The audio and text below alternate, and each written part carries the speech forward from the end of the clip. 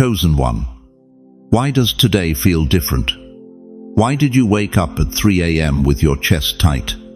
Why does the air around you feel electric? Listen to me carefully.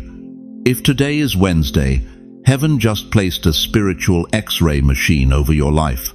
And what happens in the next few hours will determine whether the miracle you've been praying for 10, 20, maybe 40 years finally breaks through or slips through your fingers forever.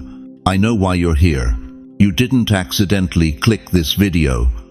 Something whispered your name. Something pulled you into this moment because right now, as I'm speaking these words, there is a cosmic checkpoint opening over your life. A divine traffic light is turning from green to yellow, and God is asking one question: will they pass the test?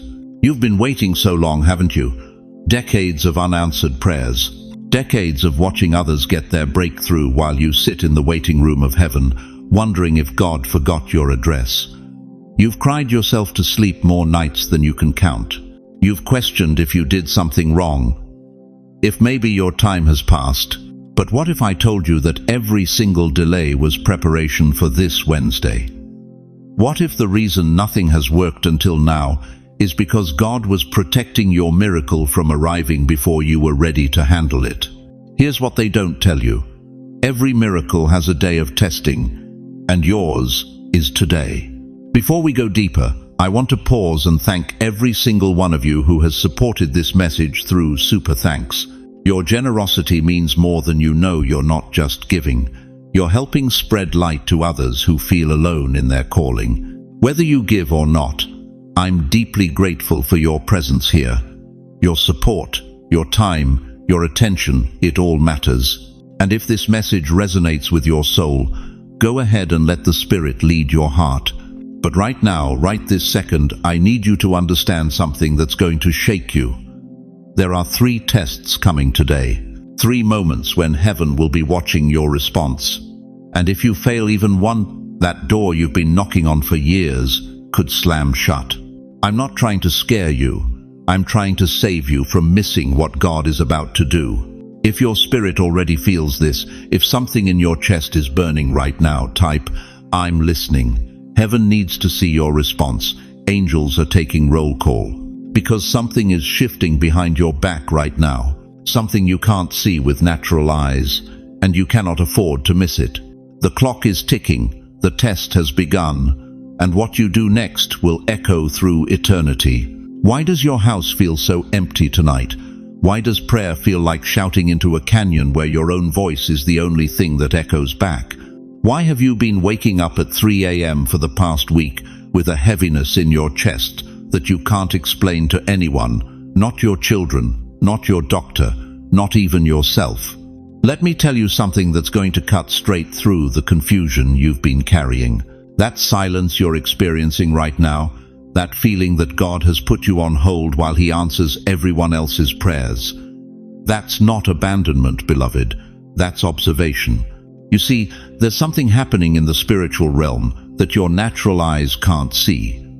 Heaven has gone silent, but not because you've been forgotten. Heaven has gone silent because you're being watched. Right now, this very moment.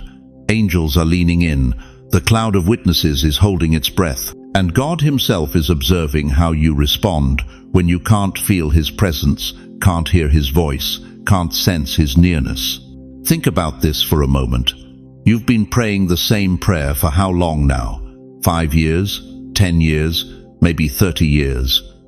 You've watched younger people get married while you sit alone. You've seen others get healed while you still take those pills every morning. You've watched neighbors prosper while you're still calculating whether you can afford both groceries and medication this month. And somewhere along the way, a voice started whispering, maybe God doesn't hear you anymore. Maybe you prayed wrong. Maybe you're being punished for something you did 40 years ago. Maybe your time has passed and God has moved on to the next generation. That voice is a liar.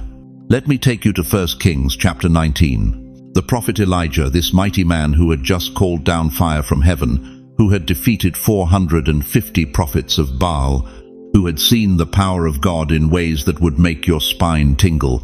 This same man found himself running for his life, hiding in a cave, convinced that he was the only one left who still believed. And God showed up. But not the way Elijah expected. The Bible says there was a great wind that tore the mountains apart, but the Lord was not in the wind. Then came an earthquake that shook the ground beneath Elijah's feet, but the Lord was not in the earthquake. Then came fire, Elijah's specialty, the very thing God had used before, but the Lord was not in the fire. And after the fire came a still, small voice, a whisper. The King James Version calls it a sound of gentle stillness. Chosen one. Do you understand what God is teaching us through Elijah's story? When heaven goes silent, it's not because God has left. It's because He's about to speak in a way you've never heard before. The silence is preparation for the whisper, and that whisper carries more power than all the thunder you've been begging for. Right now, you're standing in that cave. You're in the quiet hallway outside the door God is about to open. You're in the courtroom where your soul is the witness, and heaven is watching to see if you'll maintain your testimony even when you can't feel the judge's presence. This Wednesday silence isn't punishment. It's a test of readiness. Think about it like this. When a surgeon prepares to operate, what's the first thing that happens? They put you under. They silence your consciousness. Not because they want to harm you, but because the surgery requires you to be still, completely still. And right now, God is performing surgery on your spirit, removing things that would contaminate the miracle He's about to place in your hands. But here's where it gets dangerous. The enemy knows what's happening today. He recognizes Wednesday silence. He's seen it before, right before breakthroughs that shook kingdoms, right before deliverances that changed bloodlines, right before miracles that redefined what's possible. And that's exactly why he's been stirring up old memories this week, isn't it? That's why you've been thinking about that divorce from 1987. That's why you've been replaying that argument with your daughter from 5 years ago. That's why you've been feeling that old depression creeping back in like fog under the door. The enemy is trying to make you quit right before the door opens. If you've felt this silence lately, if you've been in that cave wondering where God went, I need you to do something right now. Comment below, "That's me." Just those 2 words. Your honesty breaks spiritual delay. Your willingness to admit you're in the silence is the first step toward hearing the whisper. Because here's the prophetic pivot that's going to change everything. You're not being punished for something you did wrong. You're being scanned for readiness. God is making sure that when the miracle arrives, you won't waste it, won't squander it, won't give it away to people who don't deserve access to what cost you decades of faithfulness. The silence is screening out everyone who's only interested in the blessing, revealing those who want the blesser even more. But there's something else happening in this Wednesday test that most people miss completely. Something that will determine whether you pass or fail in the next few hours. And what I'm about to show you will explain why some prayers get answered and others seem to bounce off heaven's ceiling like rubber balls. You know what breaks my heart? It's watching chosen ones throw away decades of prayers because they couldn't control their mouth for 5 minutes. Listen to me carefully, beloved. Right now, this very Wednesday, heaven has activated what I call the reaction test. And here's what most people don't understand. God isn't watching what happens to you today. He's watching what comes out of you when it happens. Let me paint you a picture that's probably going to sting a little. It's 9:47 a.m. You're sitting at your kitchen table, same chair you've sat in for 30 years. Your daughter calls finally after 3 weeks of silence. But instead of, "How are you, Mom?" she hits you with attitude. "I can't talk long. I'm busy. What do you need?" That tone, that dismissive, "I'm too important for you" tone that makes your blood boil. Your chest tightens, your jaw clenches. And right there, right in that split second, you're standing at a fork in the road. One path leads to your miracle. The other path delays it for another decade. Your response is a vote for the timeline you enter next. Do you hear what I'm saying? This isn't just about hurt feelings. This isn't just about being disrespected by people half your age who don't know what you sacrificed to give them the life they take for granted. This is warfare disguised as a phone call. The enemy knows something you're just now discovering. He knows that Wednesday is your testing day.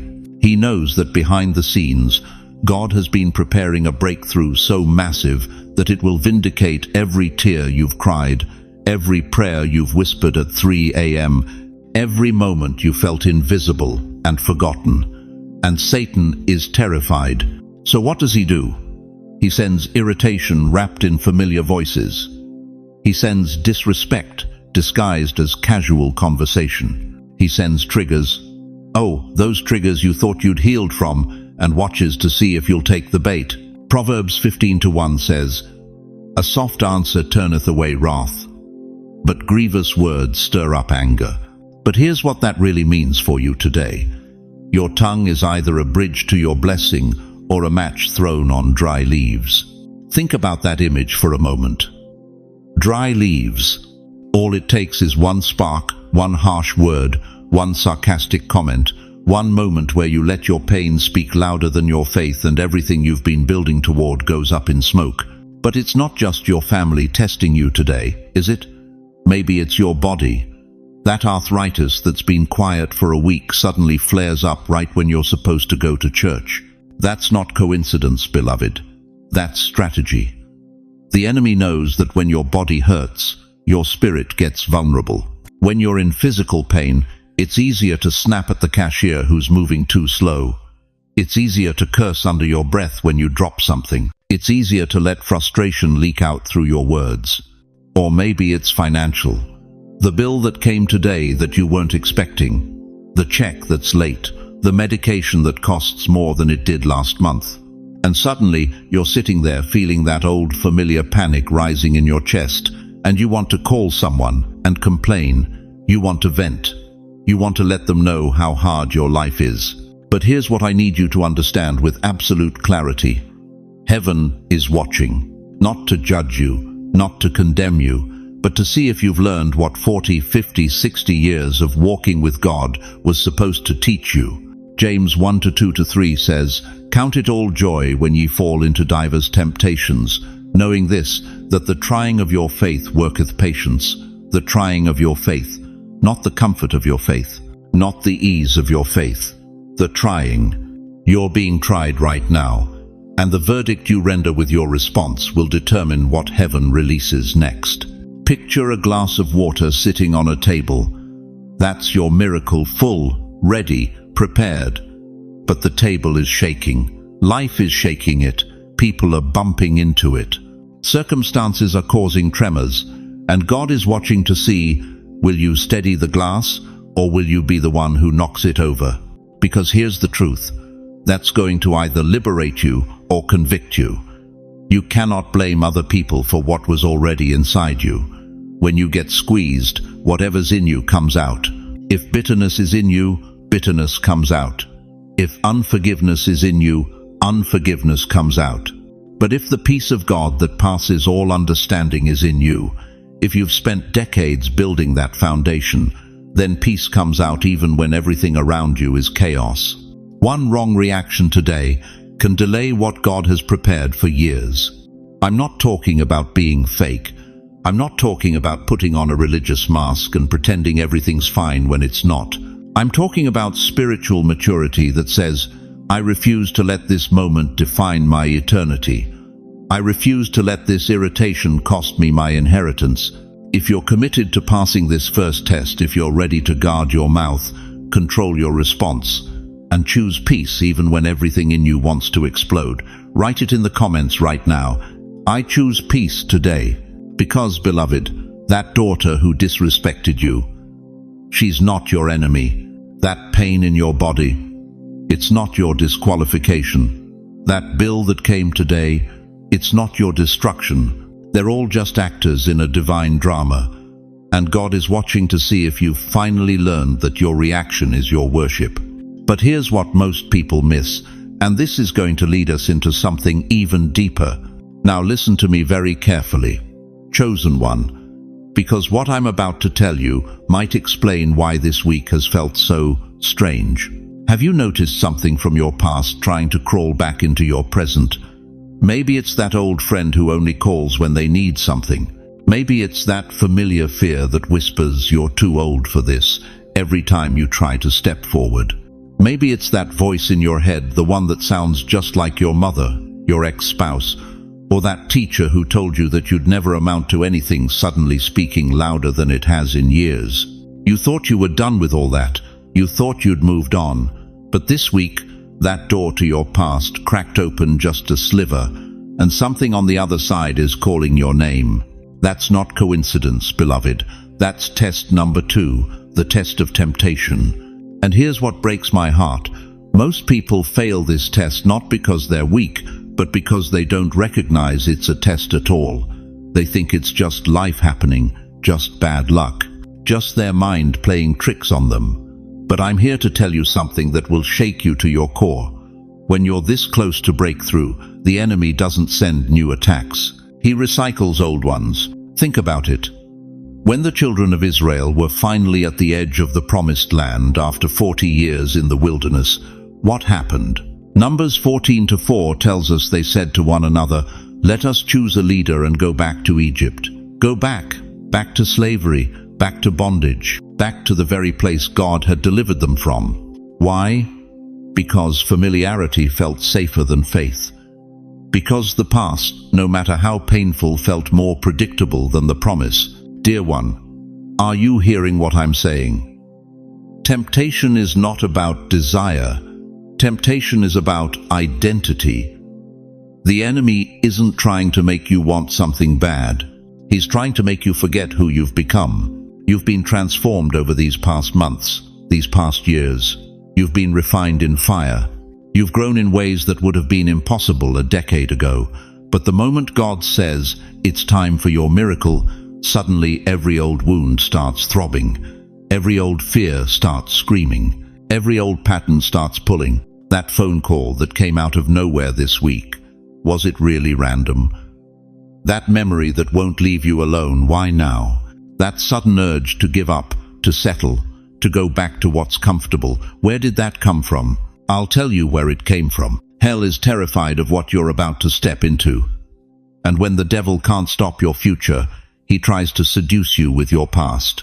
But here's the truth that will set you free. That door to yesterday.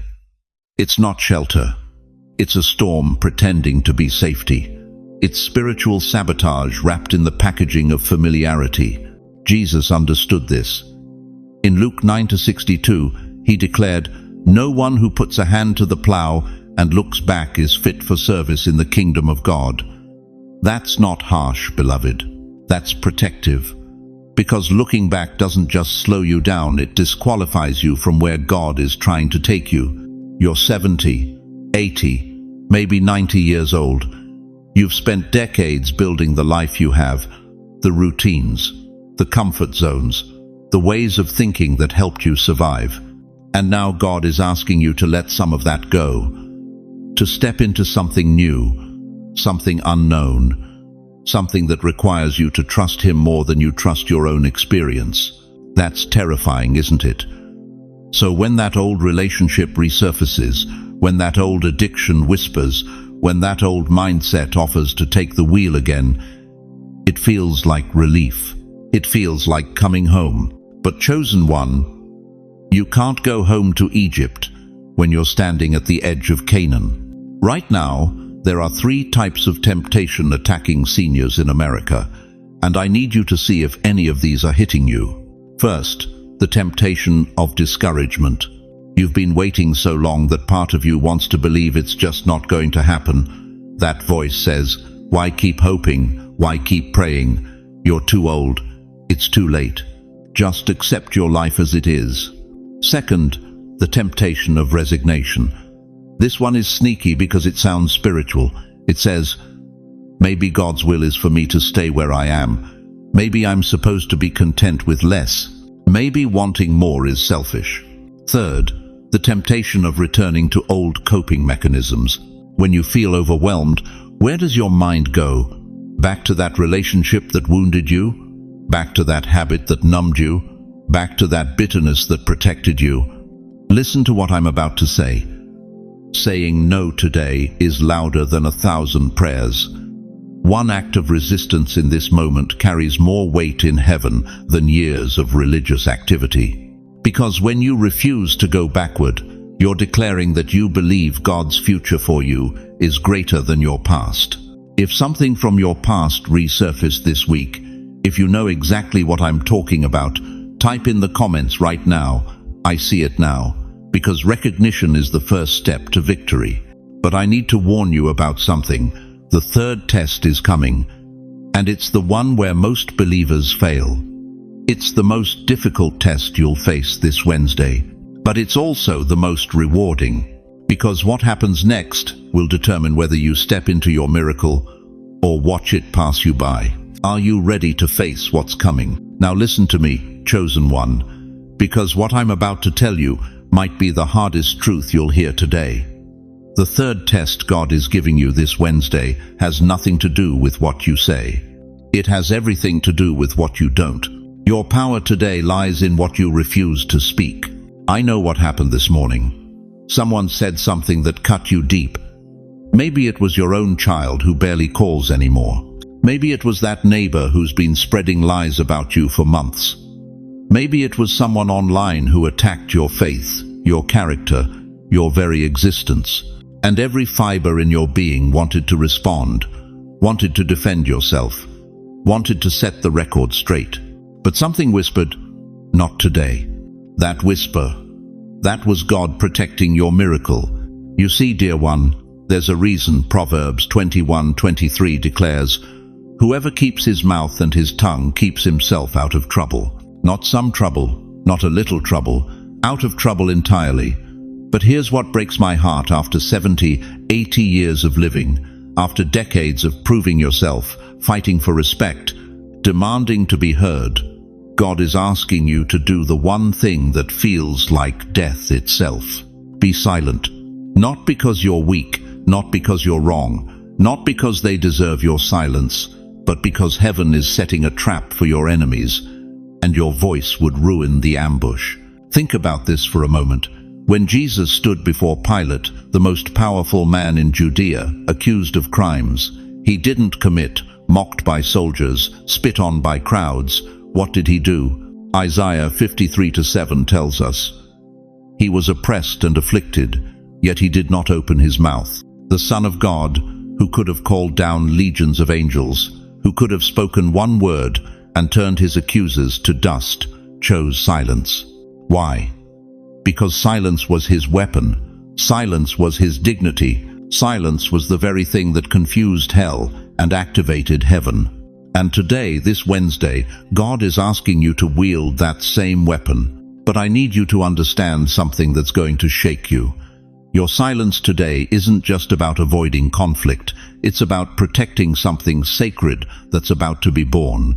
Every time you've been provoked this week, every time someone has tried to pull you into drama, into arguments, into defending yourself, that was a setup, a spiritual trap designed to get you to abort your miracle with your own mouth. Because here's what the enemy knows that you're just discovering. Your breakthrough is so close that one wrong word could delay it by years. Let me paint you a picture. Your silence is like a locked vault protecting treasure. Inside that vault is your peace, your anointing, your next level, your financial breakthrough, your family restoration. The enemy doesn't have the combination. He can't break in. So what does he do? He sends people to provoke you, to anger you, to get you so worked up that you open your own mouth and hand him the key. Every time you respond to foolishness, you're unlocking the vault. Every time you defend yourself against accusations that God already knows are lies, you're giving away your treasure. Every time you have to have the last word, you're choosing temporary satisfaction over eternal promotion. James 1:19 commands us, "Be quick to hear, slow to speak, slow to anger." But look at that order. Hear first, speak last. Most of us do it backwards. We speak first, listen never, and wonder why our lives stay stuck in the same cycle of drama and disappointment. Your family doesn't understand you. I know. Your children don't appreciate the sacrifices you made. I know. Your friends have turned into strangers. Your church has forgotten your decades of service. The world has written you off as irrelevant because of your age. I know. But chosen one, what if your silence in the face of all that disrespect is the very thing that causes heaven to roar on your behalf? Psalm 37:6 promises, He will make your righteous reward shine like the dawn, your vindication like the noonday Sunday. Not you. Him. Your job isn't to defend yourself. Your job is to stay quiet and let God be God. I'm talking to someone right now whose phone is blowing up with a family group chat that's tearing you apart. God is saying, don't respond. I'm talking to someone who just got a nasty email and you've already typed out a 5-paragraph response. God is saying, delete it. I'm talking to someone who's been holding onto a grudge for 15 years and you've been waiting for the perfect moment to tell them exactly what you think. God is saying, let it go. Today, because Wednesday silence is not weakness. Wednesday silence is spiritual armor. It's a lighthouse that shines without speaking. It stands tall. It guides ships to safety. It warns of danger, all without uttering a single word. If God has been telling you to stay quiet lately, if you felt that restraint in your spirit, comment right now, Lord, guide my mouth today. Let heaven see your obedience. Here's the mystery that will change everything. Heaven promotes those who can hold their peace when provoked. God elevates those who trust Him enough to let Him fight their battles. Your silence today is your application for tomorrow's promotion. But the question burning in your spirit right now is this. If silence is so powerful, then why does it feel like I'm losing? Why does staying quiet feel like they're getting away with it? Because you don't see what's happening in the realm. You can't see yet. You want to know if this is real. You want to know if heaven is actually watching you today, or if this is just another message you'll scroll past and forget by dinner time. Let me tell you something that's going to cut straight to your soul. When God places you inside a divine test, He doesn't send you an email. He doesn't knock on your door with a notification. But He does leave signs. 7 unmistakable signs that the spiritual atmosphere around your life has shifted. And if you've experienced even one of these today, you're not imagining things. You're inside the test. Sign number 1. Emotional intensity you can't explain. Have you felt it? That heaviness in your chest that showed up out of nowhere. Maybe you woke up this morning and for no logical reason, tears started falling. You're sitting at your kitchen table with your coffee getting cold, and suddenly you're weeping over something you can't even name. Your children might call it depression. Your doctor might call it anxiety. But I'm telling you what it really is. It's your spirit recognizing that eternity just leaned into your timeline. Job knew this feeling. Job 23:16 says, God has made my heart faint. The Almighty has terrified me.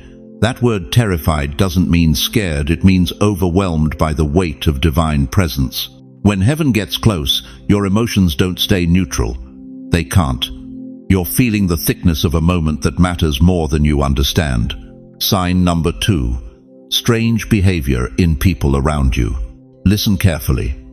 Have people been acting different toward you? Maybe your daughter called you yesterday for no reason. Maybe that neighbor who never speaks suddenly started a conversation. Or maybe, and this one stings people who used to check on you, have gone radio silent. You're wondering, what did I do wrong? You didn't do anything wrong. You're being isolated because God is about to speak, and He needs you alone. Look at what happened to Jesus in Mark 1:35.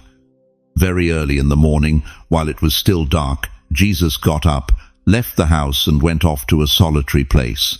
Before every major move of God, there's a pulling away. If people are acting strange, it's because the spiritual atmosphere around you is shifting, and they can sense it, even if they don't understand it. Sign number 3. The pull toward isolation. You don't want to answer the phone anymore, do you?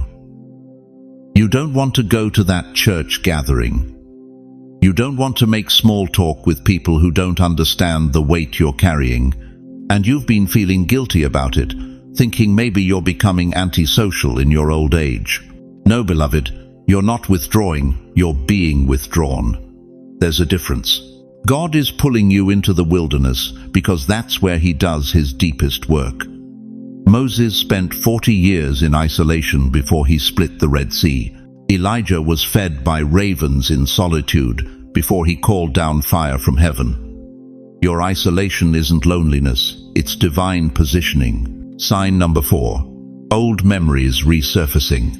Why are you suddenly thinking about things from 30 years ago, 40 years ago? Why did that face from 1987 pop into your mind yesterday? Why are you remembering conversations, decisions, moments you thought you'd buried and moved past? Because God is doing spiritual archaeology. He's digging up what needs to be healed before he releases what's next. Psalm 139:23 says, "Search me, God, and know my heart.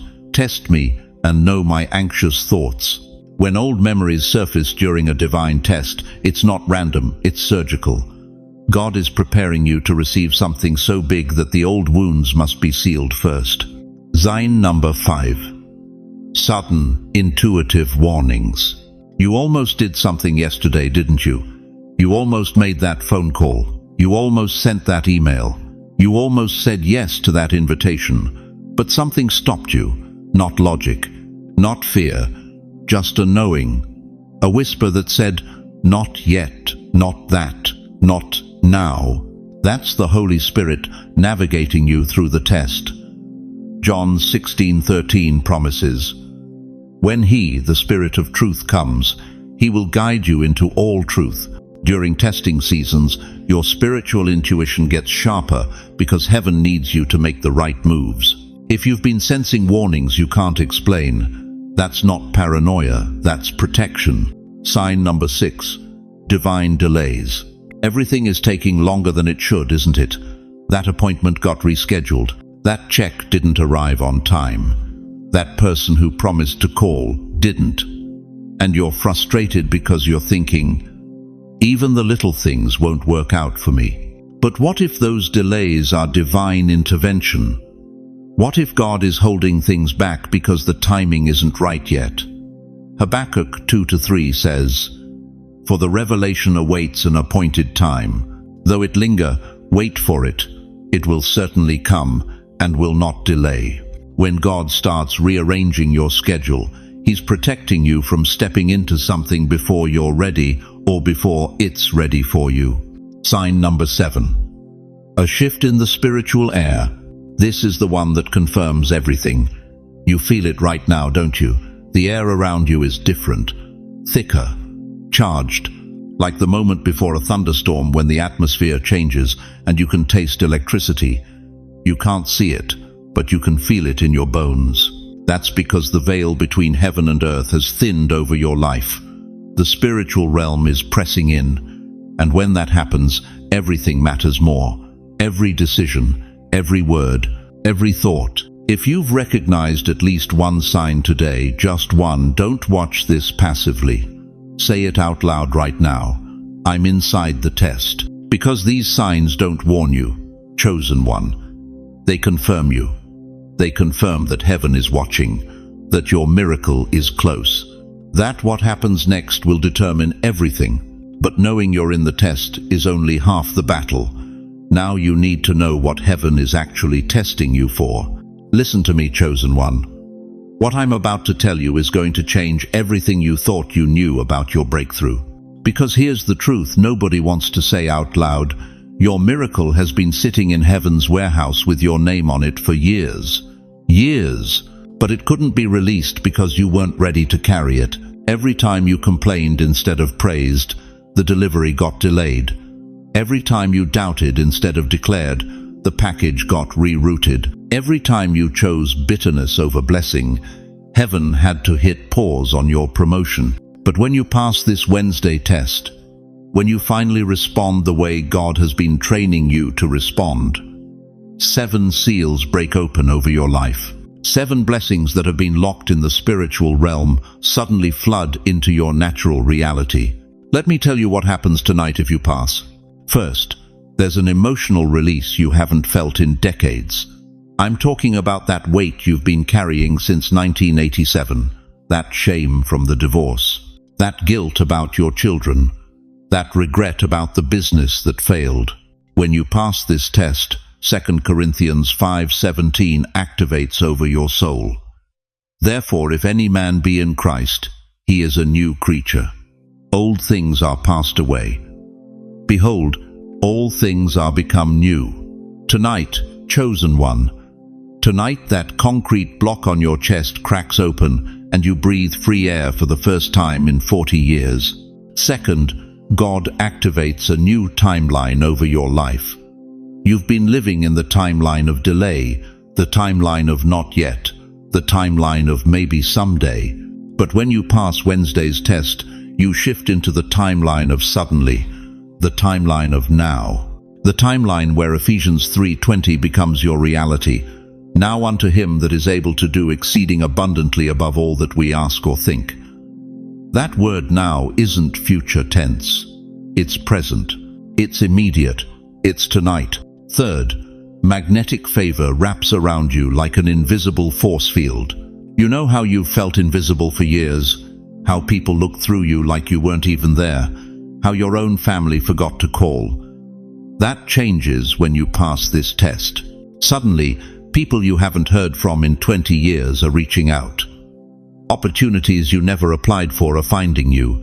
Doors you never knocked on are swinging wide open, because Psalm 5:12 declares, "For thou, Lord, wilt bless the righteous. With favor wilt thou compass him as with a shield." Fourth, aligned relationships flood into your life. I'm not talking about more people, I'm talking about the right people. The ones who recognize your anointing, the ones who honor your wisdom, the ones who actually call you back. You've been surrounded by takers for so long, you forgot what it feels like when someone actually pours into you. But when you pass this test, God removes the parasites and sends you partners. Fifth, supernatural protection activates around everything you love. Your health, your finances, your family, your peace of mind. The enemy has had access to your life through certain doors you left open.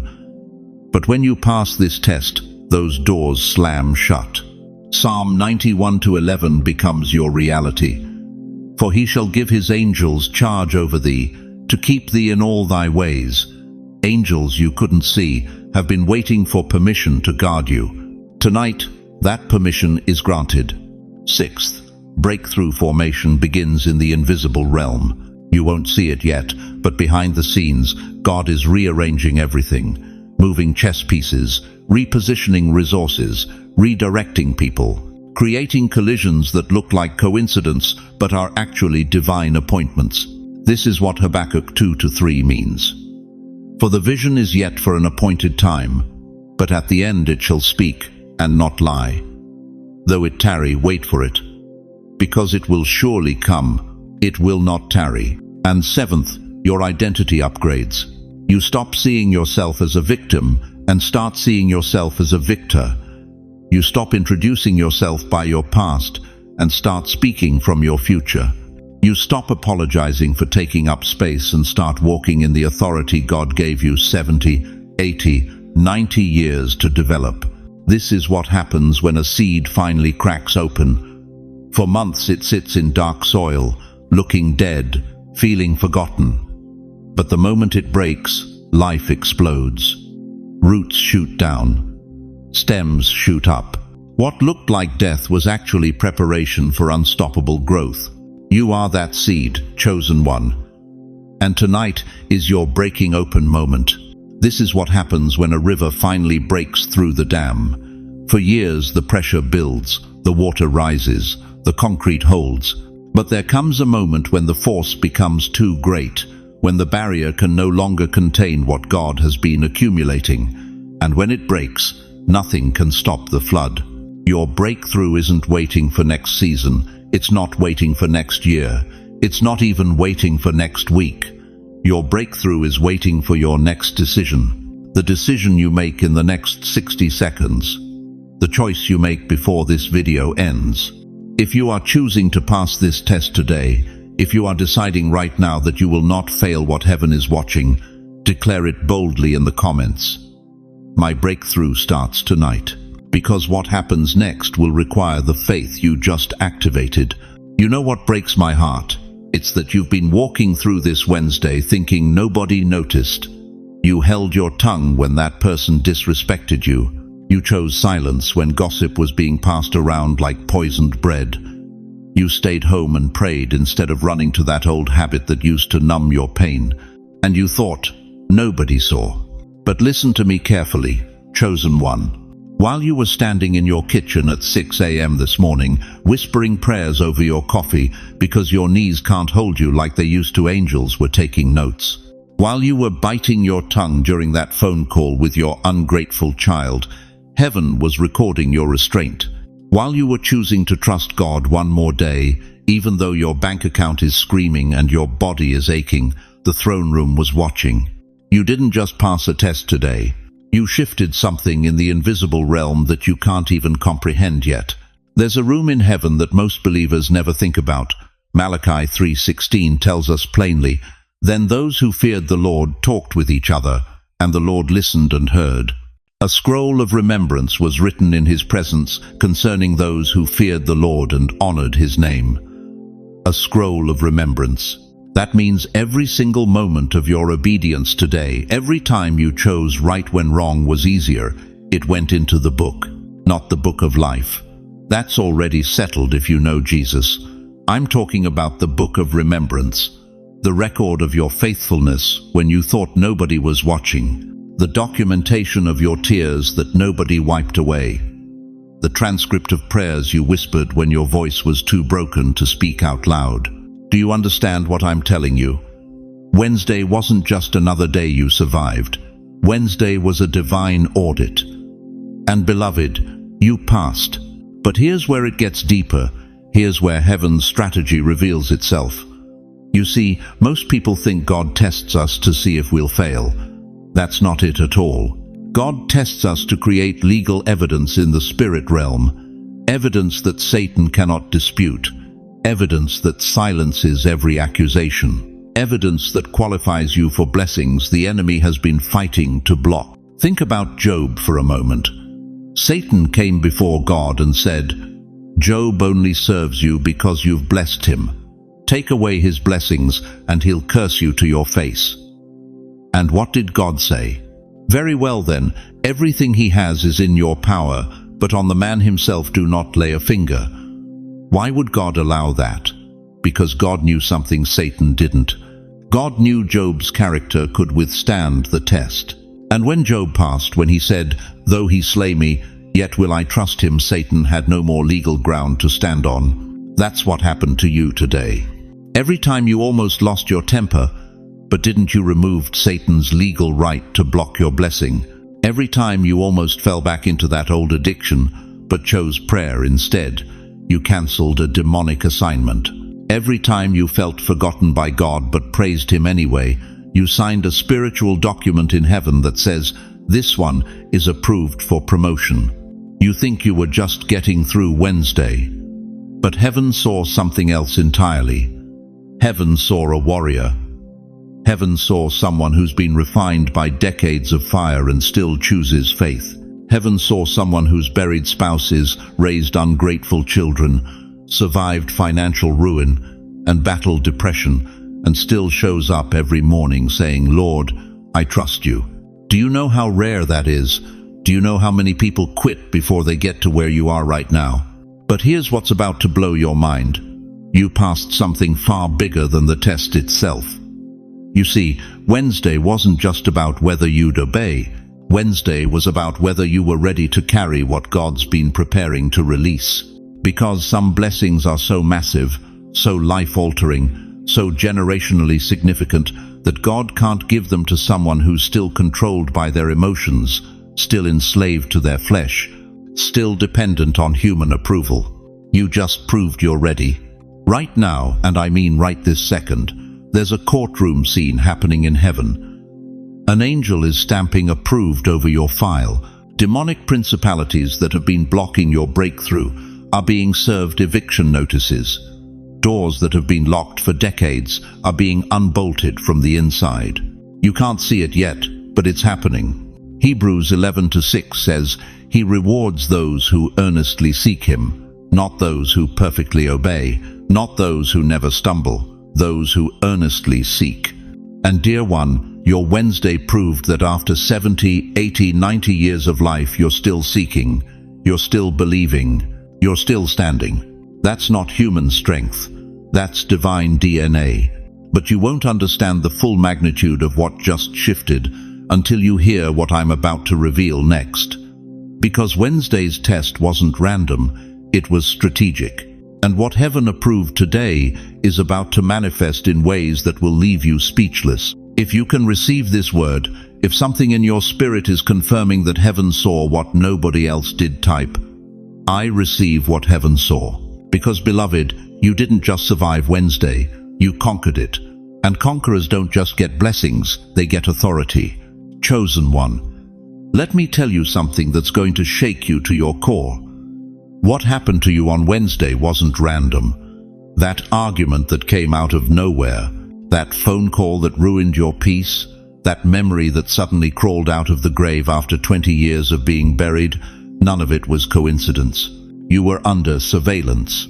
And I'm not talking about some conspiracy theory or paranoia. I'm talking about spiritual reconnaissance. Heaven was watching to see if you were ready, but hell was watching to see if you could be stopped. Listen to me carefully. When God is about to elevate you, when He's about to open a door you've been praying about for decades, something shifts in the invisible realm. It's like when a bank is about to transfer $1 million into your account, security systems activate, protocols engage, verification processes begin. But in the spiritual world, it's not computers doing the checking, it's forces you can't see with natural eyes. On Wednesday, 3 types of spiritual entities were assigned to test you, and most of you had no idea you were being examined. The first ones are called the provokers. These are the spirits sent specifically to trigger your old wounds.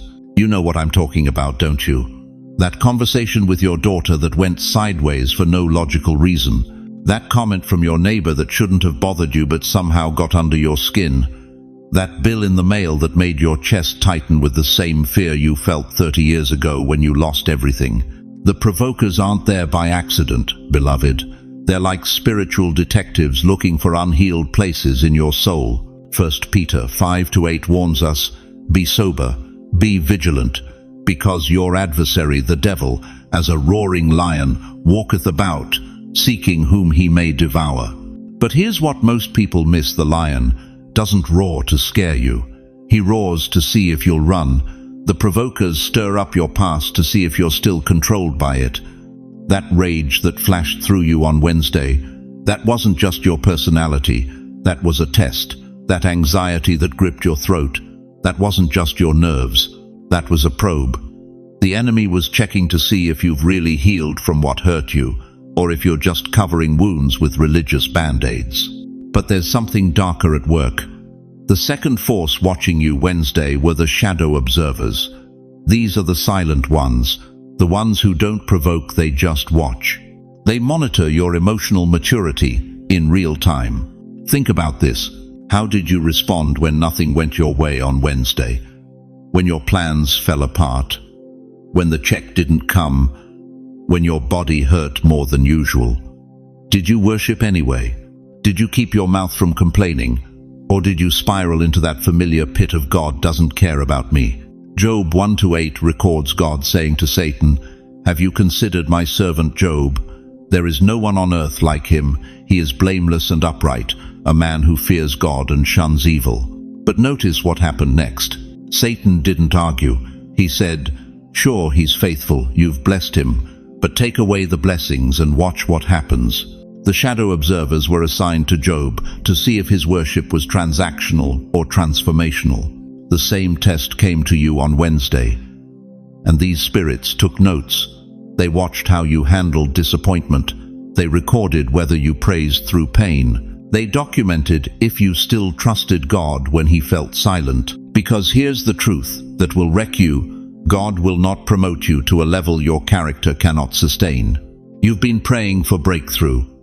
But what if Wednesday revealed you're not ready for what you're asking for? Now here's where it gets heavy. The third force operating against you were the timeline blockers. These are the assassins of destiny.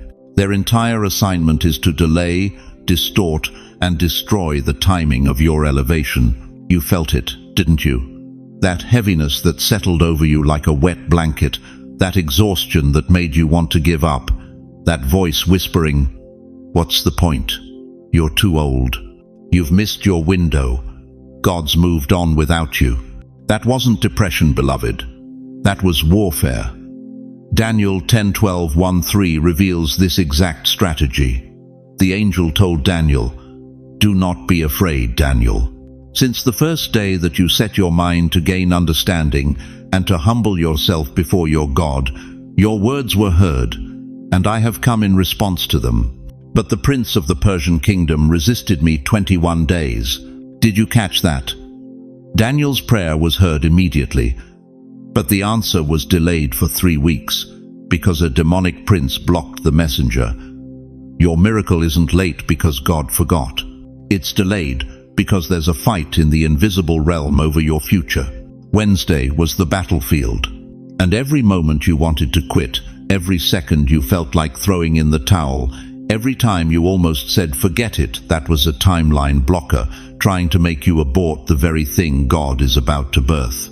If you felt something strange in the air on Wednesday, if you sensed invisible fingerprints on your emotions, if you felt spiritual winds trying to push you off course, comment right now, "I knew it wasn't just me." Because you need to know you're not crazy. You're not imagining things.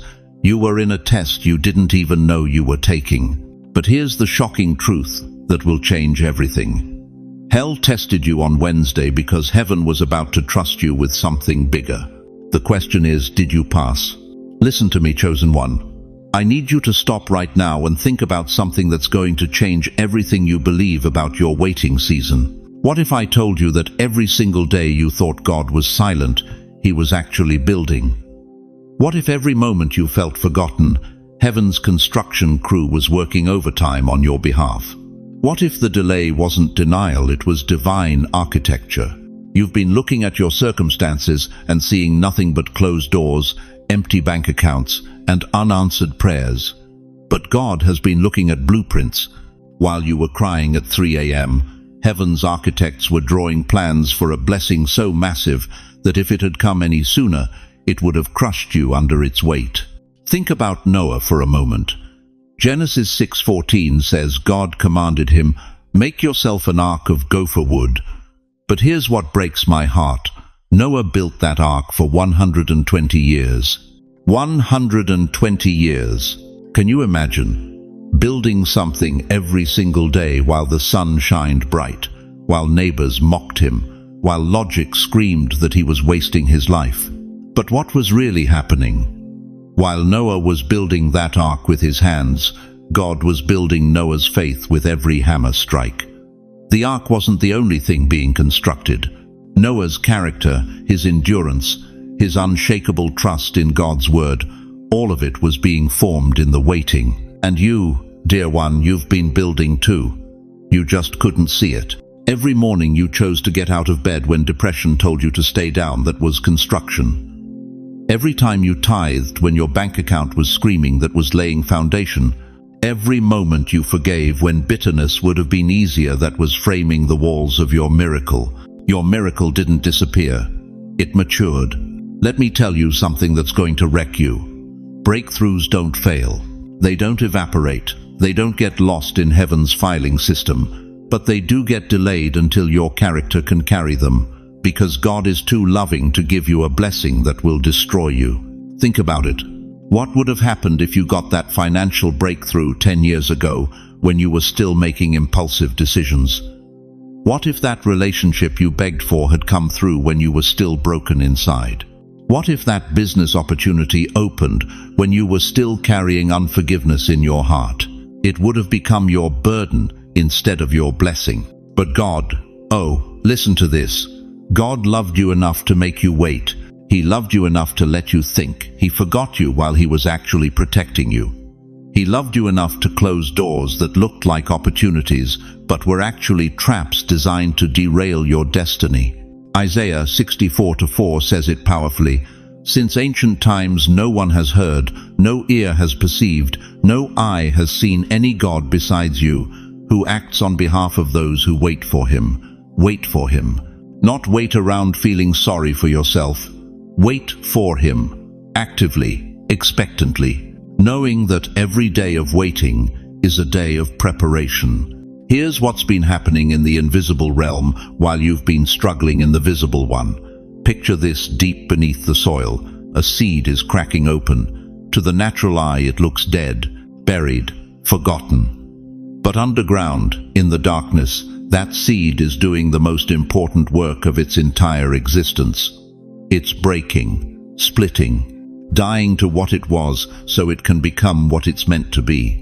And when that seed finally breaks through the surface, when that tiny green shoot pushes through the dirt into the sunlight, nobody sees the months of hidden transformation. They just see the miracle of new life. That's you right now. You've been underground. You've been in the dark. You've been cracking open. And it has felt like death. But beloved, you weren't dying, you were being transformed. The breaking wasn't your ending, it was your beginning. Every test you faced this Wednesday, every moment you felt like giving up, every second you wondered if God was real, heaven was watching your roots go deeper, because the taller the tree is meant to grow, the deeper the roots must reach. You think God wants to give you a 10-foot blessing, then he needs to develop 10-foot roots. You think he's preparing you for surface-level favor. No, he's preparing you for multi-generational impact, for breakthrough that will feed your children's children, for blessing so abundant that nations will be changed through your obedience. But that kind of miracle requires that kind of preparation. The test wasn't about your weakness, it was about your readiness. God wasn't checking if you were perfect, he was checking if you were prepared. And every day you stayed faithful when nothing made sense. Every morning you praised him when your heart was breaking. Every moment you chose trust over fear. You were passing tests you didn't even know you were taking. Right now, in this very moment, your miracle is 99% complete. The blueprints are drawn, the foundation is laid, the walls are up, the roof is being installed. And Wednesday, this Wednesday, is the final inspection before God says, "It is finished, release it." But here's what you need to understand as we move forward. The sign that proves your miracle is already in motion is closer than you think. And what I'm about to reveal next will show you exactly how to recognize it when it appears. Now listen to me very carefully, chosen one, because what I'm about to tell you isn't theory. This isn't spiritual fantasy. This is prophetic precision about something that's going to happen to you within the next 48 hours. And when it does, you'll know beyond any shadow of doubt that God heard every prayer you whispered in the dark. You've been asking for a sign, haven't you? For years, maybe decades, you've been saying, "God, just show me something. Give me proof that you haven't forgotten me. Let me know I'm not crazy for still believing when nothing's changed." Well, beloved, your sign is coming. Not someday, not eventually. Within 48 hours from this very moment. But here's what's going to shock you. The sign won't look like you expected. You see, most people think God's signs come as lightning bolts or angelic visitations. They're waiting for something dramatic, something undeniable, something they can post on Facebook to prove to the world that God is real. But that's not how heaven operates with the chosen ones. God doesn't do parlor tricks for those he trusts most. He does something far more intimate. He changes what's inside you first. Within the next 48 hours, you're going to feel something you haven't felt in years, maybe decades. It's going to happen suddenly, without warning, like a lock clicking open inside your chest. That weight you've been carrying, that heaviness that settles on your shoulders every morning when you wake up, that crushing burden of unanswered prayers and unfulfilled promises, it's going to soften. Not disappear completely, not yet, but soften, like the first warm breeze of spring after the longest winter of your life. You'll be sitting in your kitchen, or lying in your bed, or standing at your window looking out at the street, and suddenly you'll take a deep breath that goes all the way down. A breath that doesn't catch on anxiety or choke on disappointment. And something in your spirit will whisper, "It's shifting." Something is finally shifting. That's your first sign, but there's a second sign coming, and this one's going to involve other people. Someone who withdrew from your life, someone who stopped calling, stopped visiting, maybe even stopped caring. They're going to reappear. Not with an apology necessarily, but with a different tone. Their voice will sound softer, their words will carry less edge. And in that moment, you'll realize something profound. God didn't just change your timeline, He changed theirs too. Pay attention to who reaches out. Pay attention to what they say, because their reappearance isn't coincidence, it's confirmation. When God is about to move you into a new season, He repositions the people around you first. He removes those who would contaminate your breakthrough and restores those who were always meant to be part of your destiny. The Bible says in Proverbs 16:7, "When a man's ways please the Lord, He maketh even his enemies to be at peace with him." Within 48 hours, you're going to see this scripture come alive in your relationships. Someone who was cold will warm up. Someone who was distant will draw close. Someone who was against you will suddenly have nothing negative to say. And that, beloved, is your second sign. But there's a third sign that's going to be the most mysterious of all. You're going to feel spiritually alert in a way you haven't felt in years. Your mind, which has been foggy and forgetful, is going to sharpen. Your spirit, which has felt old and tired, is going to feel almost young again. You'll wake up one morning and realize you didn't drag yourself out of bed, you rose with purpose. This isn't just psychological, this is supernatural. When God is preparing you for acceleration, He starts by restoring your spiritual senses. He tunes your frequency back to heaven's channel. He clears the static that's been blocking your discernment. Think about what happened to Moses at the burning bush. He was 80 years old, tired, probably convinced his best years were behind him. But when God spoke, something awakened in his spirit that had been dormant for decades. Suddenly, the shepherd became the deliverer, the forgotten became the chosen, the exhausted became the empowered. That's what's happening to you right now.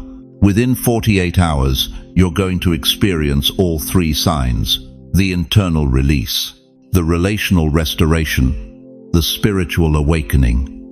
And when all three align, you'll know with absolute certainty that your Wednesday test wasn't about punishment, it was about positioning. But here's what you need to understand, dear one. These signs aren't random, they're confirmation. Confirmation that you passed something. Confirmation that you're moving into something. Confirmation that everything you've endured wasn't for nothing. If you're expecting your sign, if something in your spirit is already stirring with recognition, write this in the comments right now. I'm watching for it. Let heaven know you're paying attention. Let the angels know you're ready. Because what's about to unfold in your life over the next 48 hours isn't the end of your story. It's the beginning of the chapter you've been praying for since before you had gray hair. Your sign is coming. Your season is shifting. And the God who never forgets His promises is about to prove once again that He's been working behind the scenes all along. But recognizing the sign is only half the battle. Because once you see it, there's something you have to do.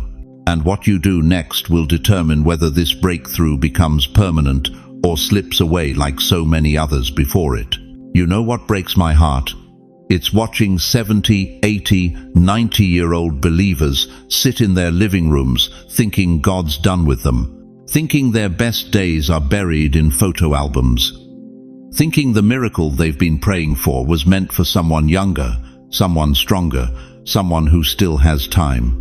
But what if I told you that everything you believe about your age is a lie straight from the pit of hell? Let me tell you a story that's going to shatter every limitation you've placed on yourself. There's a valley I know upstate about 200 miles north of the city, where an old farmer planted trees back in 1943. Young saplings, full of promise. He planted 12 of them in a row along his property line. Beautiful trees, strong trees, trees that were supposed to grow together, weather storms together, stand tall together. But here's what happened. Over the decades, fierce storms rolled through that valley, winds that howled at 80 miles per hour, ice storms that snapped branches like toothpicks, floods that turned the soil to mud. And one by one, those young trees, the ones that looked so promising, so full of potential, they broke, they fell. They couldn't handle the weight of what nature threw at them. Except one. One tree remained standing, the oldest one. The one the farmer planted first, back when his hands were still steady and his back was still strong. That tree now, over 80 years old, still stands today. Towering, unshakable. Its roots go down 30 feet into the ground, wrapping around underground rivers that only time could teach it to find. You see, beloved, that tree didn't survive because it was lucky. It survived because every storm that tried to break it only drove its roots deeper. Every winter that tried to freeze it only made its trunk stronger. Every season of drought only taught it where the hidden water sources were buried. And when scientists cut into trees like that, when they examine the rings inside the trunk, do you know what they find? Each ring tells a story. This ring here, that was the year of the Great Flood. This one, the ice storm of 78. This darker ring, that was the summer of drought, when every other tree gave up. But this one pressed deeper, found water where water shouldn't exist. Your life is that tree, chosen one. Every year you've lived, every tear you've cried, every storm you've weathered, it wasn't punishment, it was qualification. God wasn't destroying you, He was deepening you. Moses was 80 when God called him to split the Red Sea. Sarah was 90 when she birthed nations. Abraham was 100 when promise became flesh in his arms. Do you think that was coincidence? Do you think God just randomly picked the oldest people in the room? No, He picked them because only aged souls can carry what young hearts would drop. Only tested spirits can handle miracles that would crush the untested. Only those who've learned to find water in drought seasons can steward abundance without losing their minds. Psalm 92:14 declares it plainly. They will still bear fruit in old age. They will stay fresh and green. Not were, not used to. Will, present tense, active, alive, fruitful.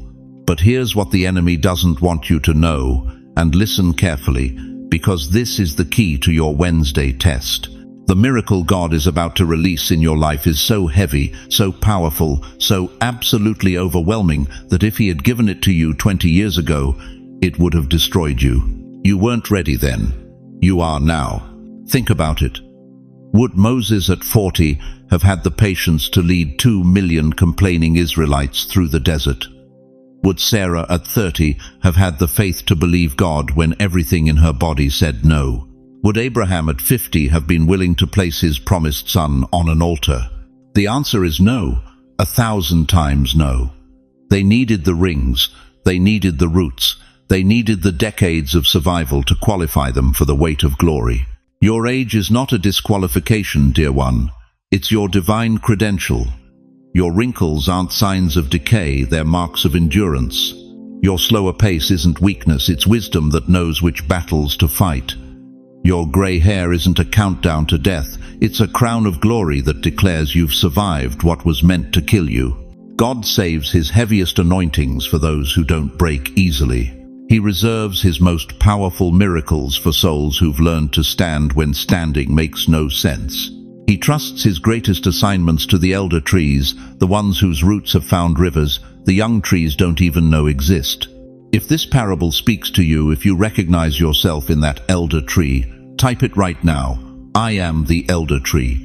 Let heaven see that you finally understand. Let the angels witness that you're ready to receive what only seasoned souls can hold. Because Wednesday's test isn't about your strength, it's about your roots. And yours? They go deeper than you've ever imagined. But here's the urgent truth you need to hear. The very depth that qualifies you is also what the enemy is targeting right now. Because he knows that when an elder tree finally receives its miracle, nothing in hell can stop what's about to be released through you. Beloved chosen one, as we come to the end of this sacred moment together, I need you to carry 3 eternal truths with you as you walk into this Wednesday. First, this Wednesday is not ordinary, it's your divine checkpoint. Heaven is watching how you respond to what seems small, because your faithfulness in the little things determines whether you can handle the magnitude of what's coming. Second, your age is not your disqualification, it's your qualification. Every year you've survived, every storm you've weathered, every root you've grown deeper has been preparing you for a miracle only seasoned souls can carry. Third, one wrong move can cost you everything, but one right response can change your entire bloodline forever. The test is here, the moment is now, and you are ready. But hear me clearly, you are not walking this path alone.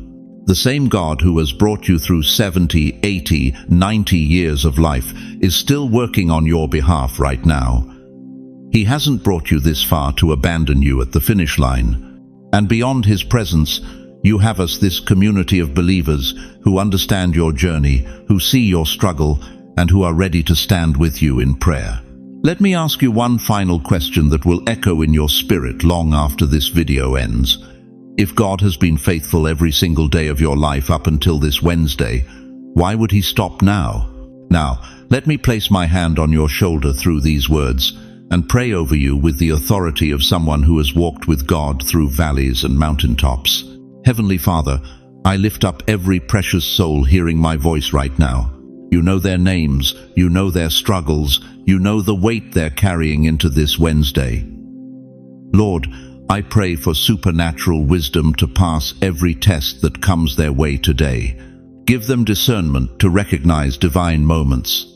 Give them courage to obey when obedience makes no sense. Give them strength to stand when standing feels impossible. Father, open the doors that no man can shut. Release the miracles they've been praying for. Vindicate their faithfulness. Reward their endurance. Let this Wednesday be the turning point they've been crying out for. Protect them from every wrong move, every distraction, every trap the enemy has set. Surround them with your angels. Cover them with your blood. Guide their steps with your spirit. And Lord, let them feel your presence right now so powerfully, so undeniably, that every doubt vanishes and every fear dissolves. In Jesus' mighty name, amen. Now, I want to hear from you. Drop a comment below and tell us what God spoke to your heart today. What test are you facing this Wednesday? Let this community pray with you. Share this video with someone who needs to hear that their Wednesday matters. Remind them they're not alone. Thank you for staying with me through this entire message. Your faithfulness to watch until the end tells me everything I need to know about your heart. If you haven't subscribed, hit that button now, because your breakthrough journey is just beginning. This is your Wednesday. This is your moment. This is your miracle. Now go past that test.